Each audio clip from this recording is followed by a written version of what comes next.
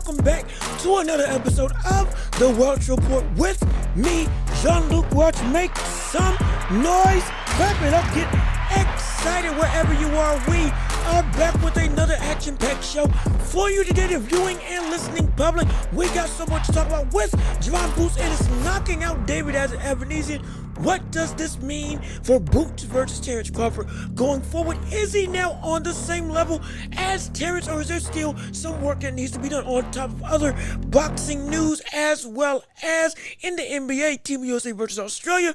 Closer game than anybody would have expected. What should our actual expectations be for this Team USA and other stuff in the NBA and basketball landscape? We will talk about all that right here on this show. Thank you for tuning in and listening, and please leave a like on the video, comment your thoughts and opinions, subscribe to the channel, and share the show with everybody that you know so we can keep on building up this empire together. We are almost at 1,300 subscribers, all thanks to you and your support, and we can keep on watching, listening, sharing. We can make this show bigger and bigger and better every day that we go and do the work and make this thing happen. I can't do it without your support, so thank you so much. And please rate us 5 stars on every podcasting platform. We're available everywhere you can think of. Apple, Spotify, you name it, we're on it. And if we're not, tell me, and I'll get there in a heartbeat. But again, all that self-promotion aside, we care about the sports world, and that's what we're going to cover, doggone it. And the first thing we got to cover is the boxing landscape with Boots versus Avanesyan. Since we're talking about boxing, it is time to step into the ring. That is right. Ring the bell. Let's get it started. Round 1 of this show going underway, talking about Boots Ennis going up against David Avanesyan. Again, a like opponent to Terence Crawford, who Terence Crawford knocked out in 6 rounds, knocked out clean in 6 rounds. What would Boots do? Would this be his opportunity to prove he is on the same level as one of the best in the world in Terence Crawford, and finally etch his name into the legitimate standpoint and legitimate position to get a fight with Boots sometime down the line, sooner rather than later? And in this fight, he performed phenomenally. As we break down the fight as a whole, what we saw from this fight was outright destruction.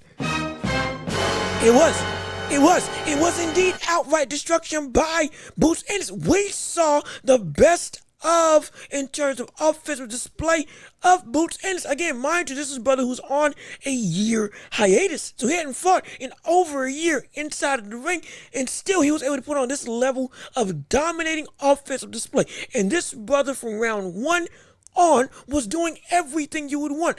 Throwing out his jab, popping out his jab, throwing combination punches, showing his strength. That one, for one, before we even get to anything, that brother looked huge inside that ring. My gosh, compared to what Terence Crawford looked versus David Avanesyan, versus what we saw Boots look versus David, this brother looks huge. Looks like a monster. Looks like a menacing, hulking behemoth in that ring. He is strong like a bull. It's ridiculous. But outside of physique aside, the performance was great.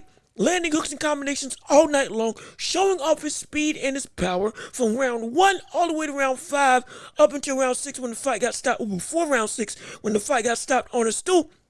It was outright incredible display. He showed his ability to have diverse levels of offense. He was able to fight off the ropes and in the middle of the ring, used his length and reach to be able to control distance in the middle of the ring, used head movement, showed his defense and slickness, showed all of his athletic ability as a boxer. He was so phenomenal. Was catching David with some hard thudding shots and was breaking him down. That's what he did. Phenomenal body work as well for the majority, for the entirety of that fight. Throwing 2 or 3 punch combinations to the body, hard punch combinations to the body. This man was on a mission to break down David Avanesyan, and we saw it as the fight kept on going.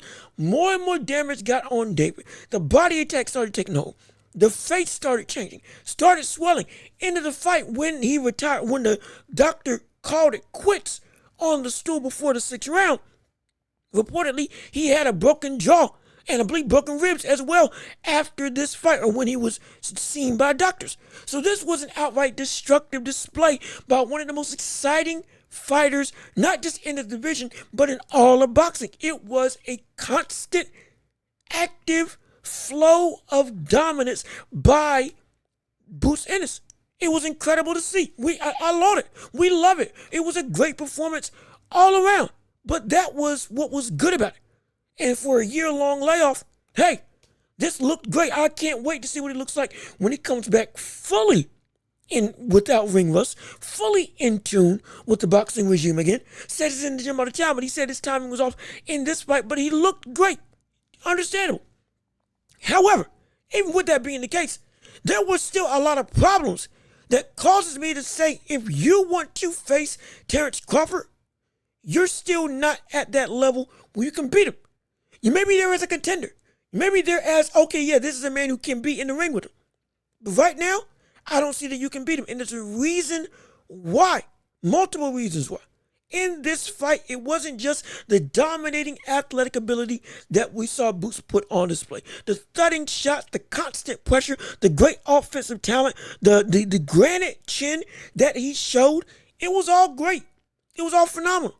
But the bad was to the point that if we're doing a comparison of Crawford versus David versus Boots and David, there's a clear discrepancy. Now, you would say, well, why would you say that, Jean-Luc? When such a dominating display by Bruce Ennis got him out in quicker fashion than we saw Terence Crawford do it, though it wasn't by outright KO and a one-hitter quitter knockout, it was a dominating display all around. Broke his body down instead of just breaking his face with one clean shot. Isn't that great? Haven't you lauded David Benavidez for that same thing as well? Yes, I have.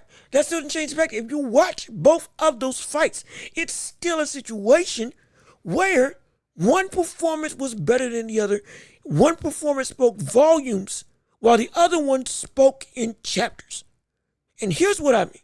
If you look at the copy box, the fight was relatively close for both opponents, Crawford and Boots. Boots landed, I believe, 70? I believe 70 or 60 more punches. Landed 126 on the night, if I have my numbers right, versus Crawford's 80 on the night in that fight against David Avanesyan. However, Crawford got hit 5 times less in terms of literally. I think Boots got hit 5 more times in that fight than Terence Crawford. So the numbers on the whole look even. And they looked somewhat in favor of Boots due to the outright activity and volume that we saw from Boots throughout the entirety of the fight. Again, it wasn't an outright dominating display of volume, action, power, and just outright offensive savantism. Boots lived up to the name. He puts Boots to butt. His butter beats people up. That's what he did. But that doesn't change the fact that while the numbers may even say that Boots had a better performance, and he got him out of there quicker, if you watched both of those fights, you will see that Terence Crawford was leagues better in this fight with David Avanesyan than Bruce Ennis. And it's because when you look at Boots and you look at Crawford in their fights with David, Crawford never got out of first gear. And if he did, he got to second gear. Never got to third. And it was still so easy to get Avanesyan to do whatever you wanted him to do and get him out of there. With Boots, you saw, again, the activity. You saw the incredible display. It was a phenomenal showing. Don't get me wrong. But it was still, there was a lot more effort put in. And I don't say that in a bad way. I'm just saying that's what we saw if we're comparing the two. Crawford was on easy mode for relatively the majority of that fight. Yes, he turned it up, but he only turned it up a slight notch, and it was enough to get him out of there. Boots, he was on it. That brother was active. He was already in gear 2 by round 3. And again, he got him out of there early, don't get me wrong, but it's still, there was a lot more effort for that same level of production. And when it came to the other side of the coin, not just offensively, but defensively, that's where the real discrepancy of this fight comes into play. Because it wasn't just that Terence Crawford looked easier in this fight with David Avanesyan. It wasn't just the fact that Terence Crawford looked even more just going through a park stroll as he was doing whatever he wanted with David in the middle of the ring, popping out his jab. And if you're being perfectly honest, if you look at both of those fights, the fight looked very similar for the majority. For rounds 1 through 3, you saw the same thing. Boots and Crawford using their jab very often, looking for counter opportunities, using defense and spacing. Absolutely. It was eerily similar. If you go rewatch Crawford's fight with Boots' fight, it was a very similar display. But Crawford's defensive ability was so much more avid and apparent and just better than what we saw with Boots. And it's because Boots acted lazy.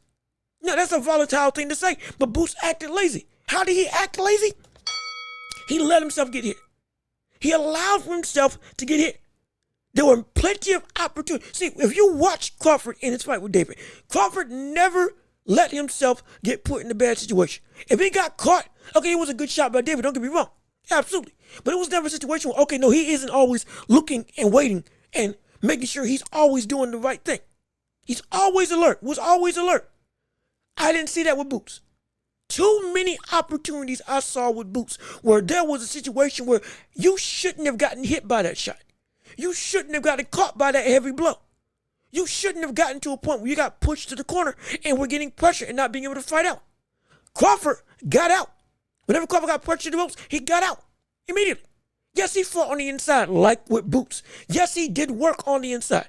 Yes, he was able to go and trade with him. Yes, he did. But it was all from a more smart and sophisticated manner that we did not see with Boots, or at least that I didn't see with Boots. Boots was continually allowing himself to be put in situations that I know good and well he didn't need to be put in. It's different when you're dominating and everything's going great. But if you're dominating a fight and still getting caught with stuff that is, for my book, stupid stuff, that's a problem. That's a major problem. Plenty of times with David Avanesyan, when we saw David pop up Boots' head multiple times, catch him with hard hooks, especially later on in the fight. Before he got stopped, it was his best round, round 5. He was putting work on Boots. He had gotten Boots to the ropes. Boots wasn't avoiding shots and being as defensively sound and technical as he should have. Letting himself get hit, willing to eat shots to get shots. And again, I said it was a credit to his chin, a phenomenal display of the athletic ability, the chin on Boots Ennis, and the outright talent that we see Boots have at his disposal. I said all of it, and it's all true. Still doesn't change the fact that when it came to Boots in this fight versus David, he was stupid in some aspect because he let himself get caught when he shouldn't have gotten caught. Too many times. If he hadn't gotten that knockdown by or on Avanesyan off that hook when he got caught and then ate a punch to give a punch, again, it was phenomenal, don't get me wrong. A great knockdown that inevitably led to the stoppage by the doctor. But it's still, that was David Avanesyan's best round. It was of the both fights that they had, Crawford and Boots, who fought Avanesyan. David had his best performance against Boots. It was. David had a better performance against Boots. Because if you watched the fight, you saw when it came to big, landing, damaging shots, Crawford didn't get touched nearly as much as it. Not saying that Crawford didn't get touched. No, he did. Avanesyan landed some good overhand rights and some straights on Crawford. Yes, he did. But it was the fact that continuously, within the span of 3 rounds, there were flurries of constant work and constant heavy shots that I was seeing David Avanesyan catch Boots with, popping his head up with uppercuts, whipping his head back with hooks, not due to Boots getting out the way and turning his head, but from his head getting turned by David Avanesyan. That's what happened. That's what we saw in this fight. There's a whole situation where he let David Avanesyan get him to the ropes, do work, willingly relied on his chin to be able to tank all the shots. This wasn't like Crawford with the more methodical pace, being smart and leading up to landing the big blow by setting up shots all night long. This was where Boots was being active offensively. He lacked his ability on defense. And if this was a legitimate puncher, a better puncher than David, we could have seen Boots in legitimate trouble. There's no way you couldn't tell me that we couldn't have seen Boots in legitimate trouble if that was the case. If we saw Spence land those shots on Boots, we're looking at a problem. If we saw Terence Crawford land those shots on Boots, we're looking at a problem. We're looking at, wait a minute, how good is your chin really? Up against some of the best punchers in the world. This is no disrespect to David Avanesyan. He landed good shots, but his power just wasn't there to, when he did land, make Boots respect him. But if Boots is going to have that level of defense, now you get somebody that can make him respect him, and he gets that same shot landed on him, we could be looking at some big problems when it comes to the world of Boots Ennis. This is not trying to critique and say, oh, he's a bum. No. What I'm saying is we're going to compare the two like opponents and people that, if you looked at both of the fights, somewhat mirror each other. We have to then say, when it comes to Boots, he did not perform like I needed him to perform to show me that he can go and beat somebody like Terence Crawford. He didn't. He did not. He didn't use his footwork to get out the way of shots, and he willingly negated the distance that he could have controlled for the entirety of the fight. If you look beyond the flurries, look beyond the flash, look beyond the offense, the technical stuff that he did was not up to par. Now, with that being said, does this mean that he still can't compete with Crawford? No, he still can't compete, but he will get beat. If this is the same Terence Crawford, or excuse me, this is the same Jaron Boots Ennis that we see go up against Terence Crawford, Terence Crawford is going to knock him out. Let's say that right now. Terence Crawford is going to knock out Jaron Boots Ennis. I'm telling you, it's going to happen. Because we're looking at what we saw with Boots. There's too many legitimate holes inside of his defensive arsenal that he can get countered all night long.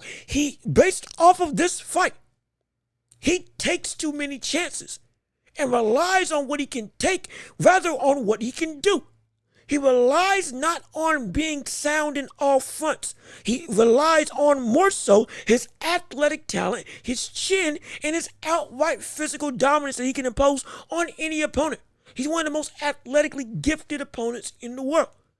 It's very few that can make that brother think, because he can, just with athleticism, can outdo most people. We get it. And his skills are no joke even with that. He's got outright talent. He is one of the best opponents that we could see face off against Terence Crawford. There's no doubt in my mind. He's a champion, and he deserves to be seen as a legitimate champion. Not an email champion, though he was given the title by the WB, one of the belt commissions, due to Terence Crawford letting go of the titles to move up to 154. But all of that being said, his respect is due, but his talent and his ability, while all warranted and real, if you still don't show that on a night-to-night basis, everything is like it needs to be, something's going to be wrong when you're going up against a near-perfect fighter, like with Terence Crawford. Boots is going to get knocked out. He's got too many openings. He's got too many opportunities. He will get caught and potentially get dropped if he faced off against Terence Crawford. If he faced off against Crawford, he would get dropped. He would get KO'd. The power's too much. The attention to the little things is something that Crawford always does against every opponent. And if you got to bring yourself to do that against other opponents, you're not going to be able to beat somebody who that is their routine. Always dots their I's and crosses their T's. That is what we see Terence Crawford do on a night-to-night basis. Every single opponent. We didn't see him do this, get into this nearly the same level of trouble, nearly the same level of, oh my gosh, what a shot. Oh shoot, that was good. Wait a minute, Boots, what are you doing? I never got that when I saw Boots, when I saw Crawford fight against David. I got that multiple times when I saw Boots fight against David. It was insane that I was sitting there, even in the midst of all the good shots that Boots was landing, still going, shoot. David landed a good one. Oh, David landed another good one. Oh, that's 4 hard shots in a row that Boots has just taken. and not done anything about. He's getting pushed back after having all this control for the first couple rounds. Even with an aggressive David Avanesyan, we saw Crawford keep on turning him and get back to where he wanted to be. Didn't see that with with Boots versus David. And with Boots, like I said, he still showed, hey, I can fight in multiple different ranges. He got a knockdown while fighting off the ropes as being the person being pressured, not the one doing the pressuring. Incredible. We saw him have great offensive displays while fighting, again, on the back foot, on the back burner, being the one being put into a corner. Great. But it's the fact that you let yourself get to that point instead of outright negating what David wanted to do and making it so that this fight was completely and utterly in your control. That's what I saw with Terence Crawford. I did not see that when I watched Boots fight David. Did not see that at all when Boots fought David Avanesyan. A completely different fight in terms of what each fighter showed. One showed dedication to the small stuff. The other one showed dedication to their athleticism and their outright gifts. What's the difference between the two? If you pay attention to the small stuff, like with Crawford, you are nowhere close to the level of danger that you are if you're Ennis, who relies on strictly the gifts.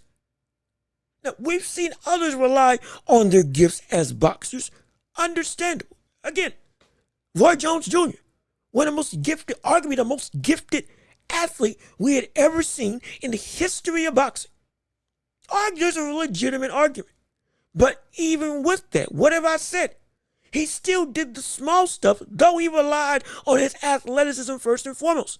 It was always backed up by this small stuff. Remember when I compared Roy Jones Jr. to Naoya Inoue in terms of how they're two sides of the same coin?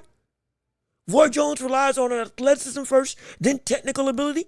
Inoue relies on technical ability and then athleticism, but they both do the same thing. With Boots, there's a similar cloth in terms of, this brother's an athletic freak of nature. We see it. It's something different about him. But it's not nearly as backed by the technical understanding, or rather the technical nuance that we see with other great fighters. Again, like Terence Crawford. It's not that same level of technique-backed athleticism that we see with other greats. And this is not disrespect. No, this is just calling what we see. We didn't see Crawford getting nearly as much trouble as we saw Boots get into in terms of, oh man, he's landing some multiple hard shots for multiple rounds. I'm not saying Boots didn't get caught. No, he did. Wasn't nearly to this level of severity. It wasn't. It wasn't. You can go back and watch the fight. It wasn't at all. It was not at all. Nowhere close to what we saw with this fight. And Boots was more dominating outright from his offensive production. But it still felt more of a fight than it was with David Avanesyan versus Crawford, because Crawford controlled everything that night. And Boots, while he was in control, he still relinquished it to some degree. Roddy took it away. Either because of his own volition or because of the fact that he didn't do the right stuff to take away the momentum that was coming from David. As the fight went on more and more, we were seeing more heavy shots from David Avanesyan. We were in more successive fashion. Not like with Terence Crawford. It was not the same performance. Crawford made it look so easy. Crawford made it seem like it was a walk in the park when he fought against David. A stroll that when he was pressured, okay, David's bringing some stuff. He's a better fighter. Let me elevate. But just to a slight degree. And from that point on, killed him. Got him out of there. Ended him. Boots, he was turning it up earlier. And while his offensive display was even more destructive, what he sacrificed for that showed me that if he goes and fights against somebody like Terence Crawford, he is going to get knocked out. Because he doesn't pay attention to the small stuff in boxing. Not saying that's his MO all the time. Again, maybe it's because of the layoff. Maybe it's because of the year-long essentially hiatus from the ring. This is why I always advocate for boxers to get in the ring more often. Don't just fight 1 or 2 times a year. Make your money, dominate your opponents, but keep your stuff sharp. Don't let yourself get rusty by only relegating yourself to a 1-time or 2-time appearance. You are not, if we're going on WWE terms, you are not The Undertaker at WrestleMania. You are not John Cena. You are not Canelo, if we go back to the boxing room. And you are not Floyd. You can't afford to do that. Not just because you haven't earned a position, but because what we saw right now, you can't afford to have ring rust going into the biggest fights of your life. Because those people will be able to capitalize on the mistakes that you make. And with Boots, as great as he is, and he is great, let's get that straight right now. He is great. But he still is a problem to himself because he won't keep the technical nuances sharp. He will let that go if he feels that you are blasé. And I can understand it. But again, if we're comparing like opponents, and David Avanesyan is a good fighter, if you look at this, now we have to say, hey, when it comes to Boots versus Crawford, if we're judging it based off of this, I don't think he's going to be able to win. As much as he can hurt him, he's got the power and volume. But he doesn't have the one-shot ability either. So we're looking at a situation where based on this performance with Boots versus Avanesyan, we now can conclude Crawford is stronger, Crawford is more technically better, Crawford is smarter, and Crawford is better at controlling the fight than Boots. On top of when it comes to defensively, Crawford will not make the mistakes of being lax or willingly letting himself get put in a position that he doesn't want to be in. He won't. But Boots will. If he thinks, okay, yeah, I can catch him at any point in time. Well, I get it.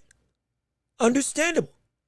But when you're going up against somebody like Crawford as your main antagonist, the ultimate goal that you're looking for, as potentially you move up to 154, if in fact Crawford stays at 154 after fighting, I believe, Madrimov in August, and now you want your shot at him finally, you move up to get him, especially with Eddie Hearn now backing you with Matchroom, going to shoot you up to the moon.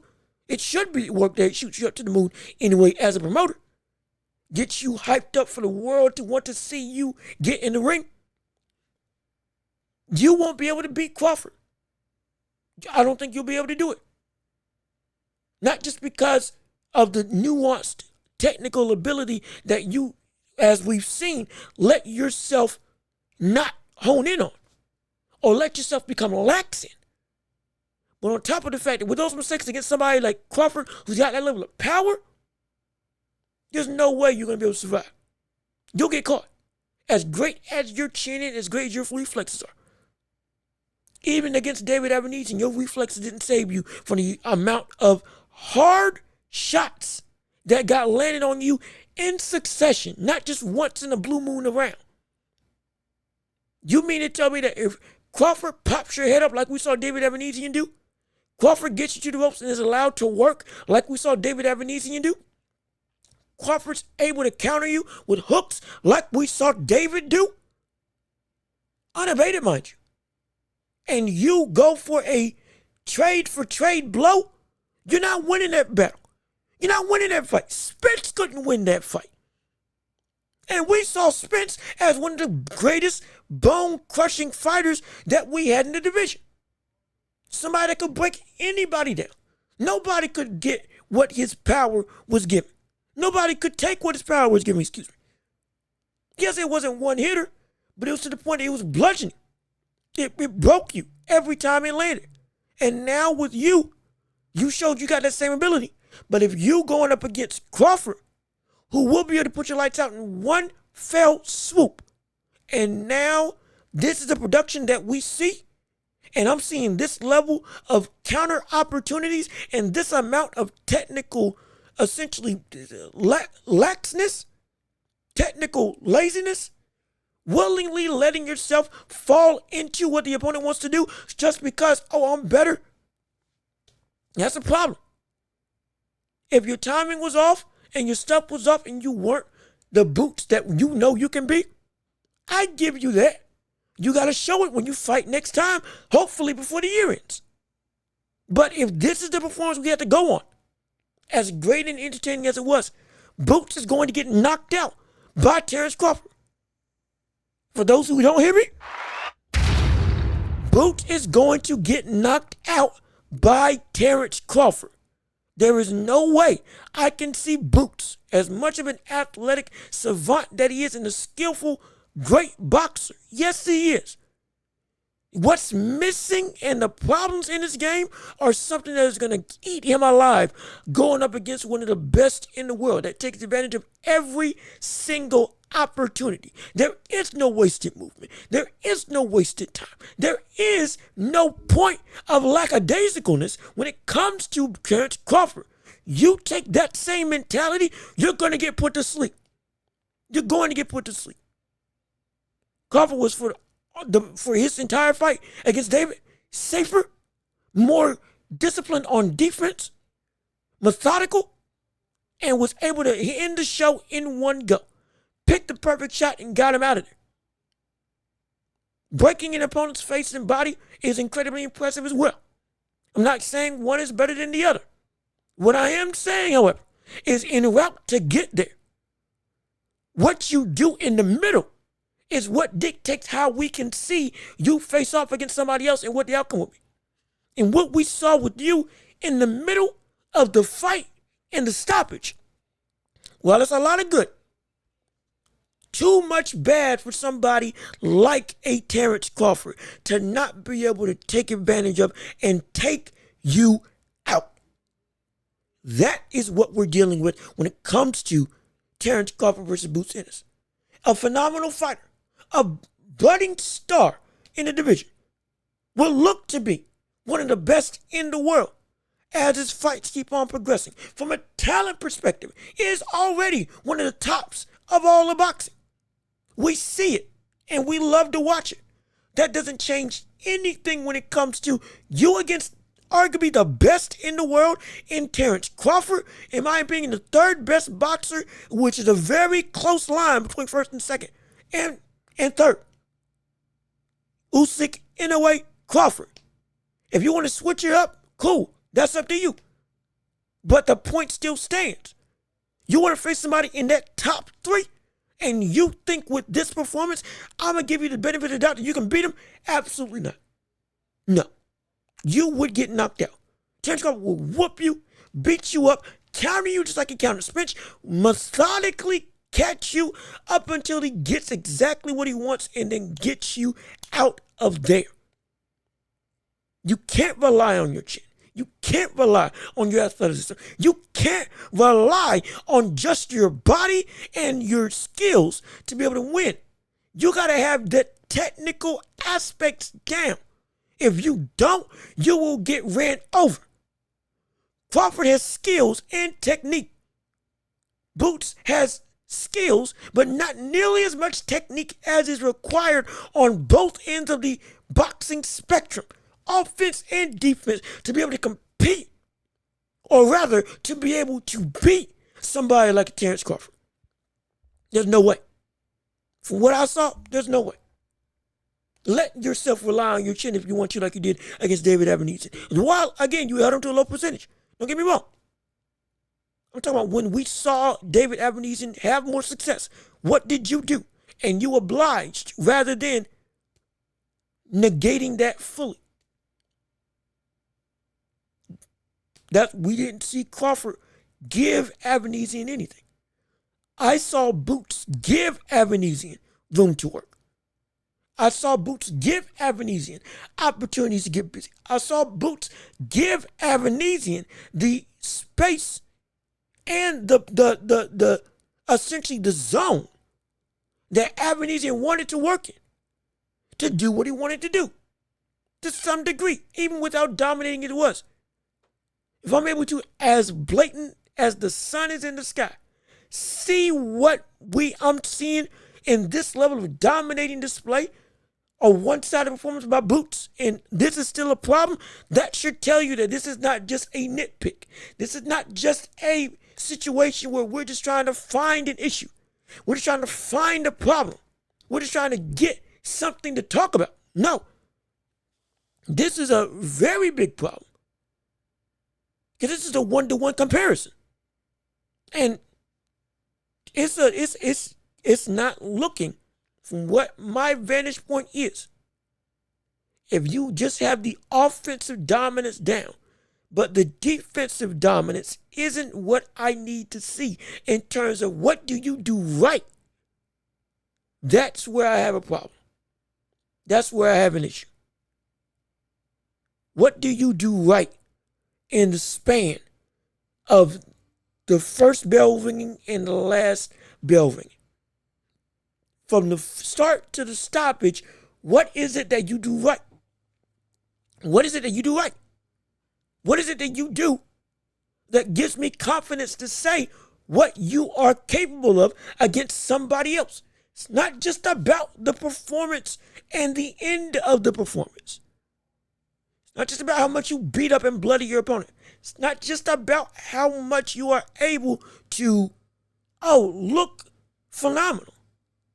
What really tells the story is the intricate stuff that you do. What do you do that is right, that gives me confidence to say, yeah, he's got what he needs to be able to beat him?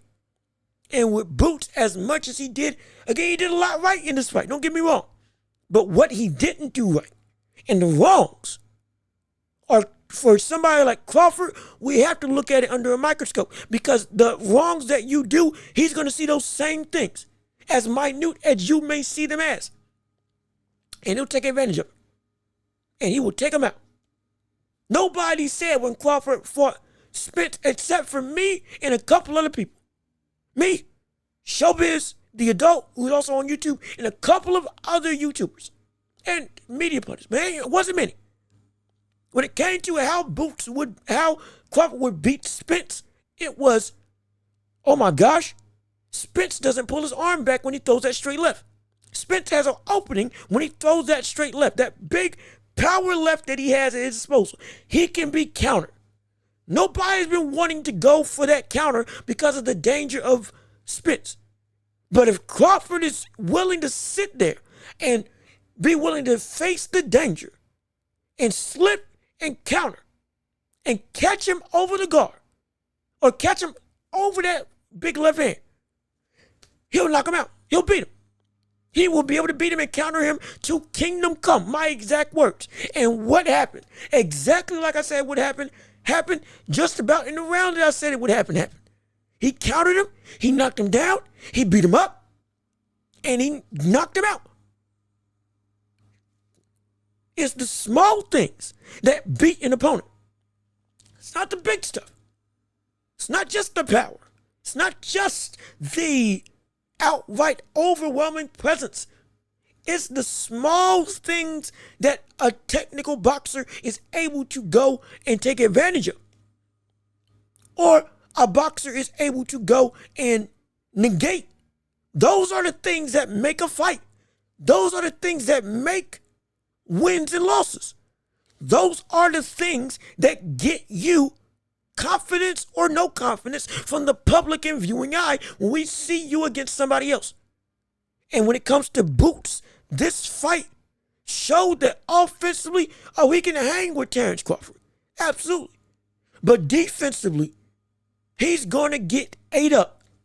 And Boots is going to get put to sleep, just like we saw with Terence, because the willingness to rely on his chin and his athleticism, more so than what he needs to do with doing the right stuff technically, unlike what we see with Terence Crawford on a night-to-night basis, just like we saw with David Avanesyan, just like we saw against Errol Spence Jr., just like we're most likely going to see against Madrimov. This is going to be another display when they do fight, because they will fight. Unless Boots gets it together, we're going to see Crawford knock him out. We're going to see him beat him. It may seem harsh, but it's real. We're going to see Boots get knocked out by Terence Crawford.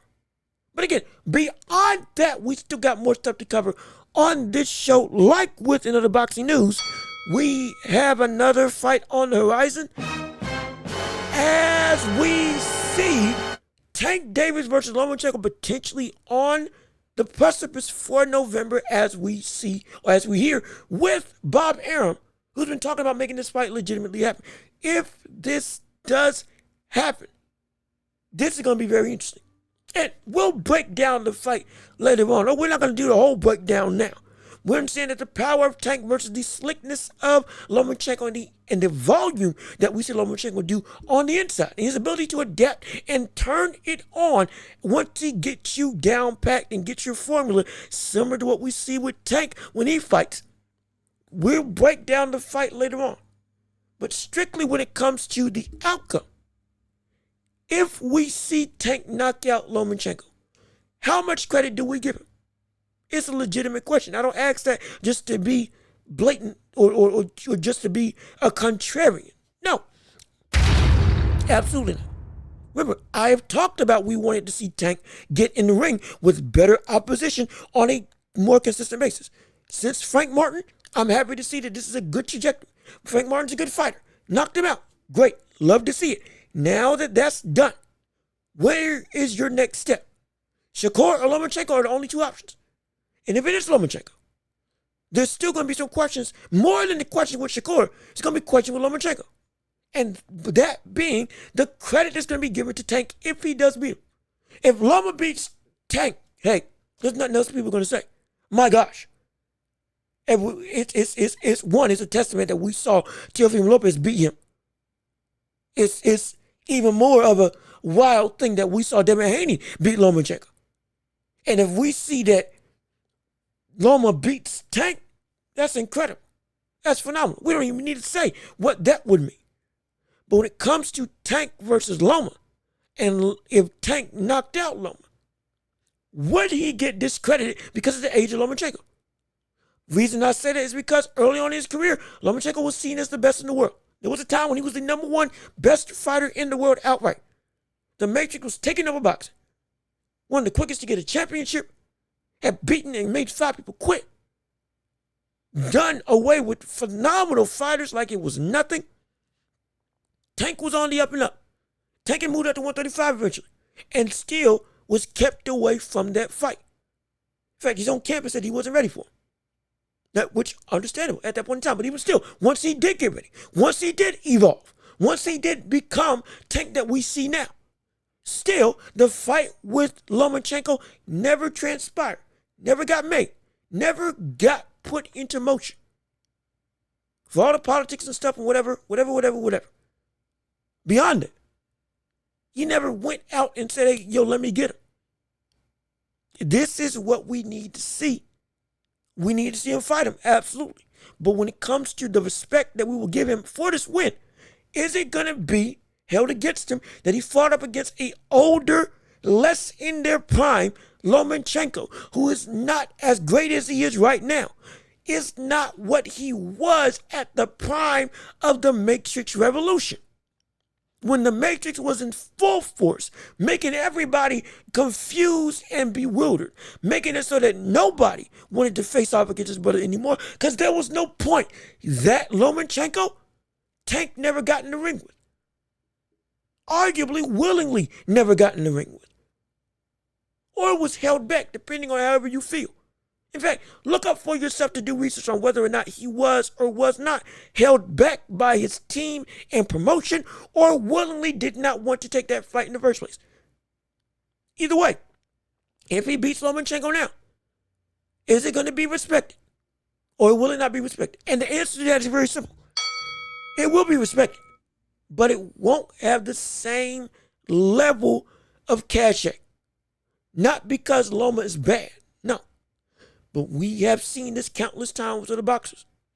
You fought them when they were going out of their prime instead of in their prime. Again, we've held Floyd Mayweather that same thing. When he fought against a couple fighters and didn't fight against Manny Pacquiao specifically 5 years before, when Pac was at the prime of his career and everybody was saying this Pacquiao could beat Floyd Mayweather. He's got the speed, he's got the power, he's got the angles, and he's got the durability to be able to combat Floyd in his speed and his defensive prowess. He could overwhelm the Philly shell that we know Floyd has at his disposal. He could do that. But he never fought him up until 5 years after he was out of his prime. Still good, don't get me wrong, but still not the same Pacquiao in the slightest. Was not the same Pacquiao. This is what we could have when it comes to Tank versus Loma. Tank, you fought him, but you fought him on the downtrend. You fought him when he was going out of his prime. You fought him in the latter years of his boxing career. Because again, Lomachenko ain't a spring chicken. But is what, 35? Potentially even 36 if I have my age correctly. Please, again, look it up for yourself. In fact, here, I'll look it up right now for you. Lomachenko is he 35 or 36 years old at this point in time? He is 36. As of today, he is 36 years old. And when he was 32, 30, and Tank was coming up in the boxing ranks at 33, 34, Tank could have fought him. But even still kept on the outskirts. And you want to say, oh, Lomachenko lost or whatever, that doesn't matter. We're not talking about the wins and losses. We're talking about what he was as a boxer. What he is now versus what he was, there is a discrepancy. That is going to be held against him if he goes and knocks out Vasily Lomachenko. Is it right or is it wrong? I'll leave that for you to decide. But understand, if you are a Tank fan, you're going to see that Tank is not going to get, and what you may feel is the just due of his win on Vasily Lomachenko if that fight does happen and if he knocks him out or just beats him. Because of what we've seen this pattern before. We've seen it before when a boxer fights somebody too late and it's not where they were at their best. And while it is still a good win, don't get me wrong, it's not going to have the same level of bravado that he used to. But even with that being said, that won't change the fact that that'll elevate him in the pound for pound. That will. That will not change the fact at all that if he beats Lomachenko, he will get elevated in the pound for pound. That's not changing in the slightest. I've been saying that for the longest time. You know my stance on Tank in his entire career. If he fights Vasily Lomachenko and Shakur and beats them both, that moves him up into some of the best in the world in pound for pound. Goes from number 10 up to, 4. Which would be incredible. Because then the accolades will now have reached and balanced out with the talent that Tank has at his disposal.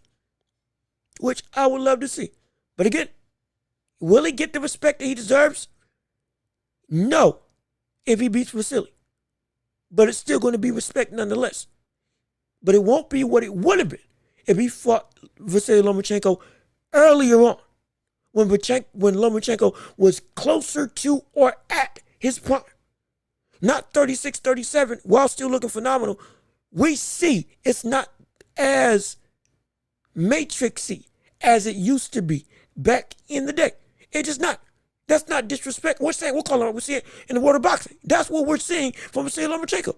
There is somewhat a big dip from when he was at his best to what he is right now, excuse me. There is a difference. There is a difference. And since there's a difference, we have to see you're not beating the same Lomachenko. You're not beating the same Lomachenko. And since that's the case, it won't be held in the same high esteem. It'll still be high. It just won't be as lauded to some degree. The praise will be diminished. And the validity of that win, while still a valid win, will still have an asterisk of, you didn't fight him when he was at his best. You didn't fight him when he was here. Instead, you fought him here. Similar to the rhetoric that we see and have with Floyd Mayweather. It's just the nature of the beast with this whole process. But again, we'll break down the fight later on in the year once it does get announced, and when it is.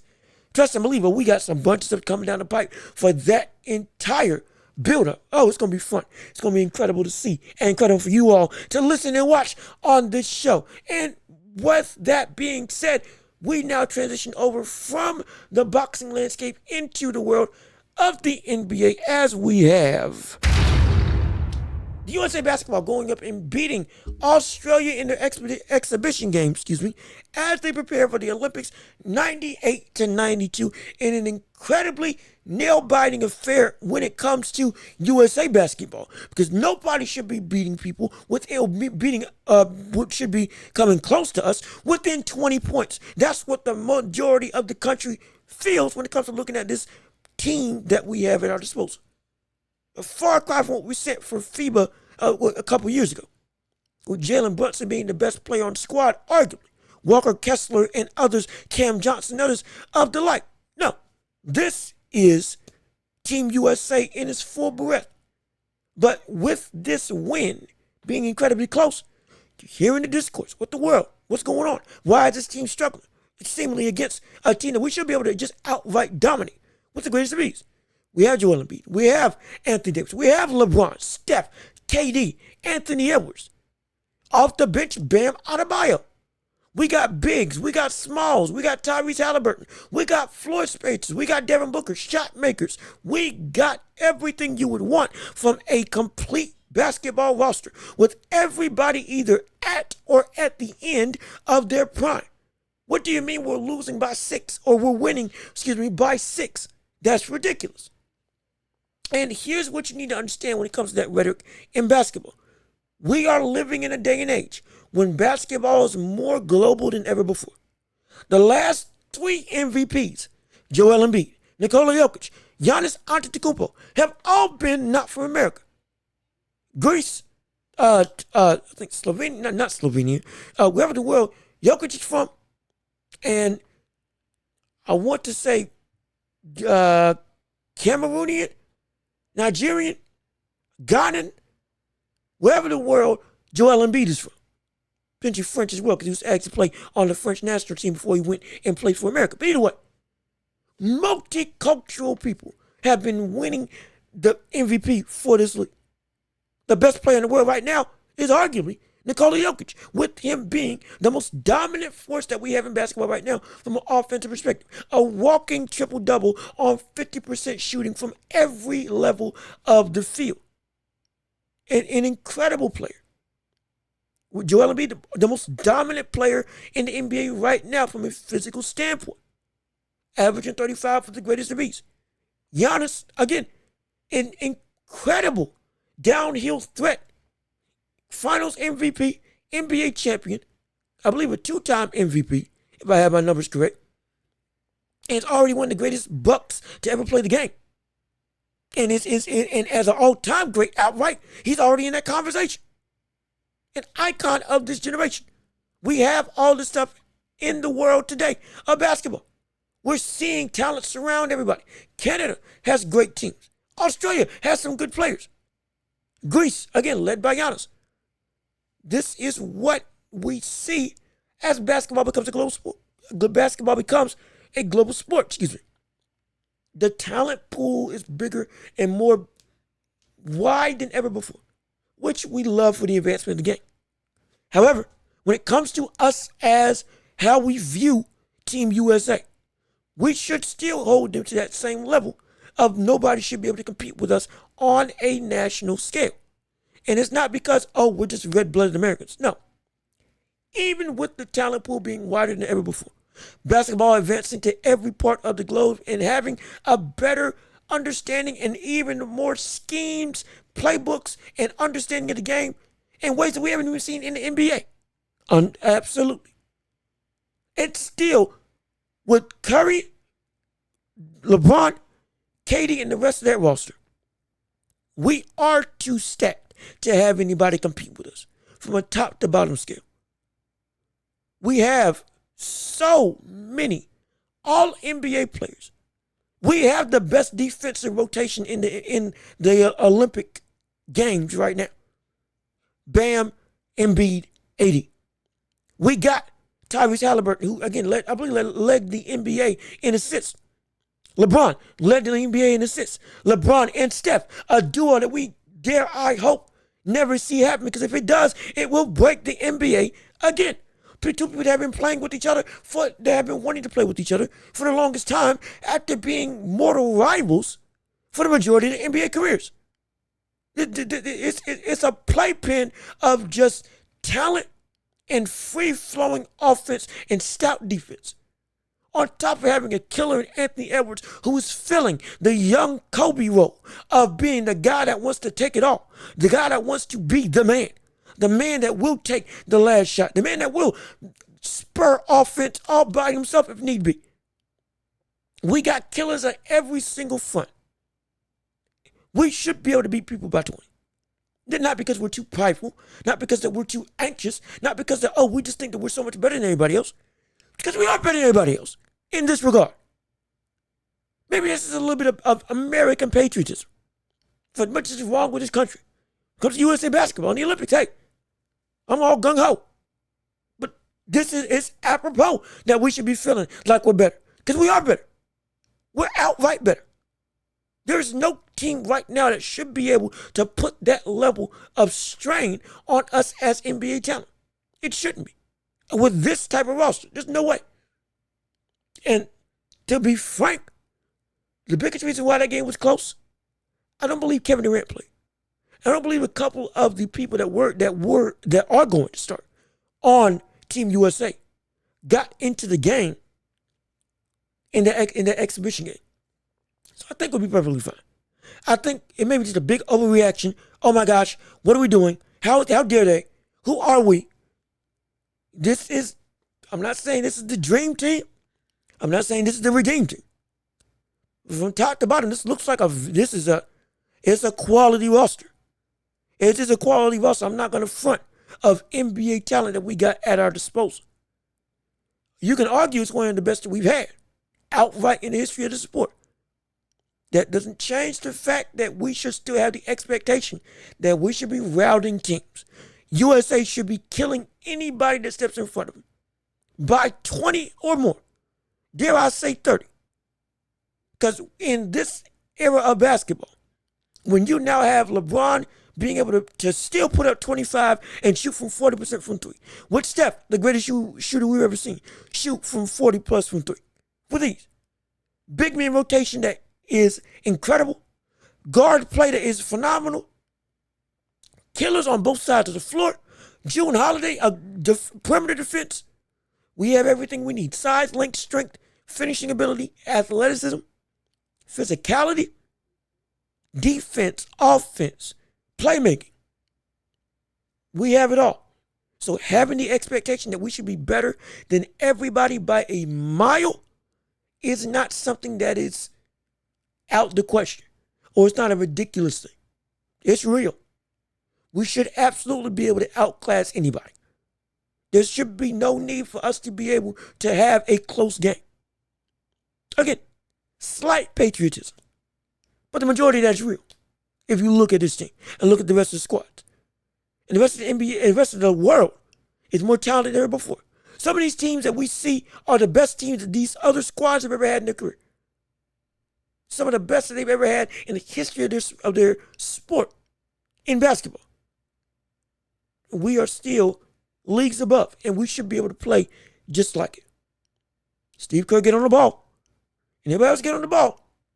And while we understand, hey, it takes some time. We don't want to see any leverage or any semblance of there may be some challenges. Because even with challenges, it still should not be that everybody on that team can't outclass everybody else in the entirety of the world. That's how it should be viewed. Not because of just outright pride. Because of the facts of the matter. They are better. And they should be able to play and route anybody that steps in front of them. And finally, when it comes to the world of the NBA, Bronny James specifically. Summer League has come. Stars, number one picks are coming and playing, showing their worth, showing their mettle. getting adapted to the league of the NBA and what their team can expect from them. But when it comes to Bronny, right now, Dalton Knecht has been the guy running the show, putting on phenomenal displays. Bronny has been struggling. Now everybody's saying, we saw with Jaylen Brown, Bronny got essentially outed by Jaylen on the sidelines beside Andy Reese, saying this brother ain't ready for the NBA. May not even be ready for the G League. Jaylen Brown's words, not mine. Of course, he backtracked on Twitter and just getting all the flack for it, whatever. Point being, when it comes to Bronny James, now that we see him drafted, now we've seen him for a couple of games against NBA level competition. Not the best NBA level competition. NBA level competition nonetheless. He's been struggling mightily. What is it that we should expect from this brother? And we shouldn't really expect much. And it's not because that's being mean. It's because we understand what we're looking at. This is a brother who, at 19 years old, getting to the NBA, is incredibly athletic, don't get me wrong, has the physical capabilities to be able to keep up with the NBA talent, but still has so much to learn and is so young. His maturity at an NBA level just isn't there yet. Defensively, he's showing some promise, don't get me wrong. He's showing some real promise to be able to do a multiplicity of things when it comes to the defensive side of the floor. Again, similar to his dad, he plays the game the right way. He's not perfect. He's been crossed up. He's been beat off the dribble. He's made some mistakes, don't get me wrong. But there is some promise there for what he can be as a defender.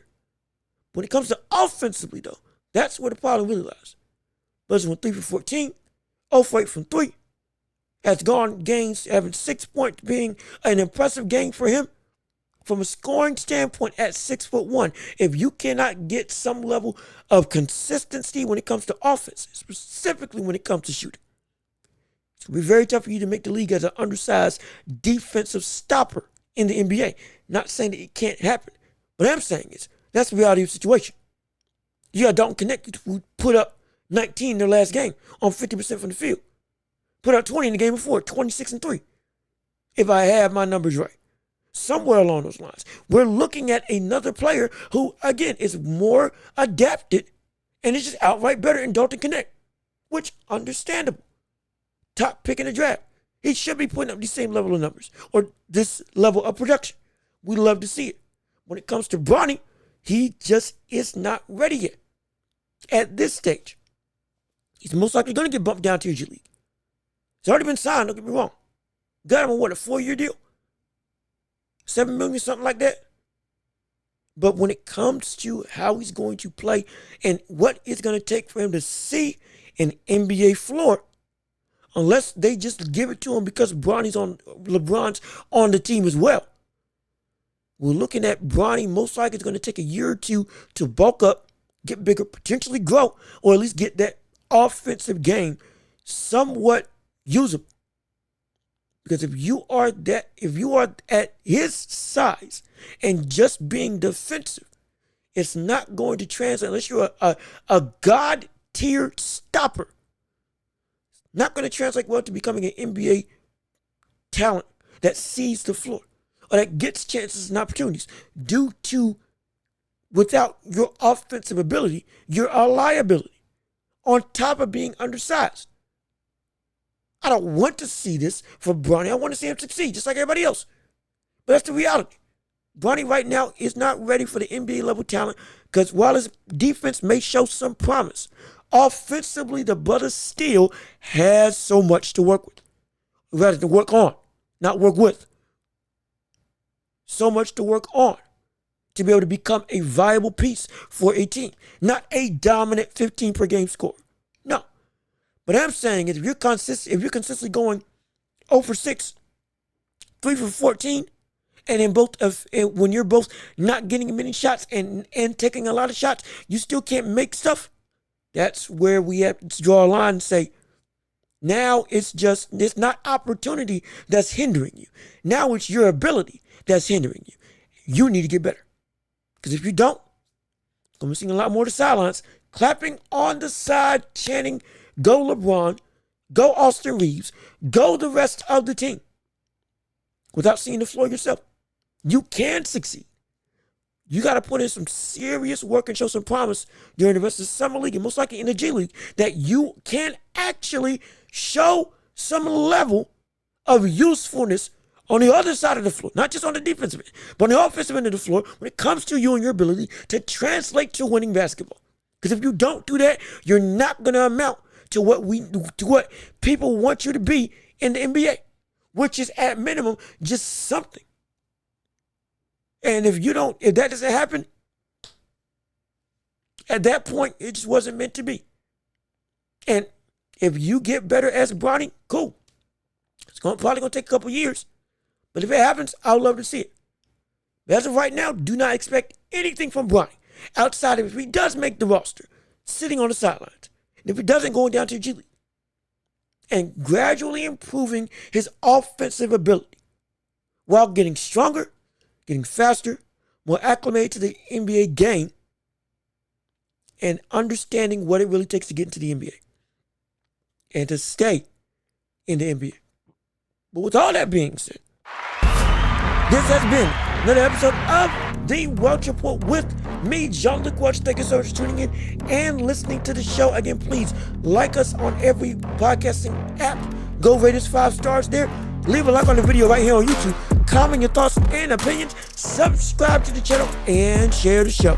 Everybody that you know, so we can keep on building up this empire of a channel together. I've been Jean-Luc Welch.